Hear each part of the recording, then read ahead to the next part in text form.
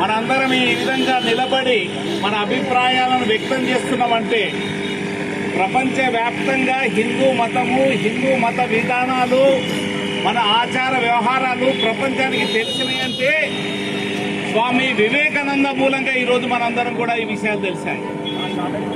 మన హిందూ ధర్మం యొక్క, సనాతన ధర్మం యొక్క విశిష్టత, ప్రత్యేకత, ఆచార వ్యవహారాలు అమెరికాలో తన గొంతుతో వినిపించి ప్రపంచ దేశాలలో కూడా మన వాణిని వినిపించిన మహనీయుడు శ్రీ స్వామి వివేకానంద. అలాంటి మహనీయుని జన్మదినం జరుపుకోవడం మనందరూ కూడా గర్వకారణం.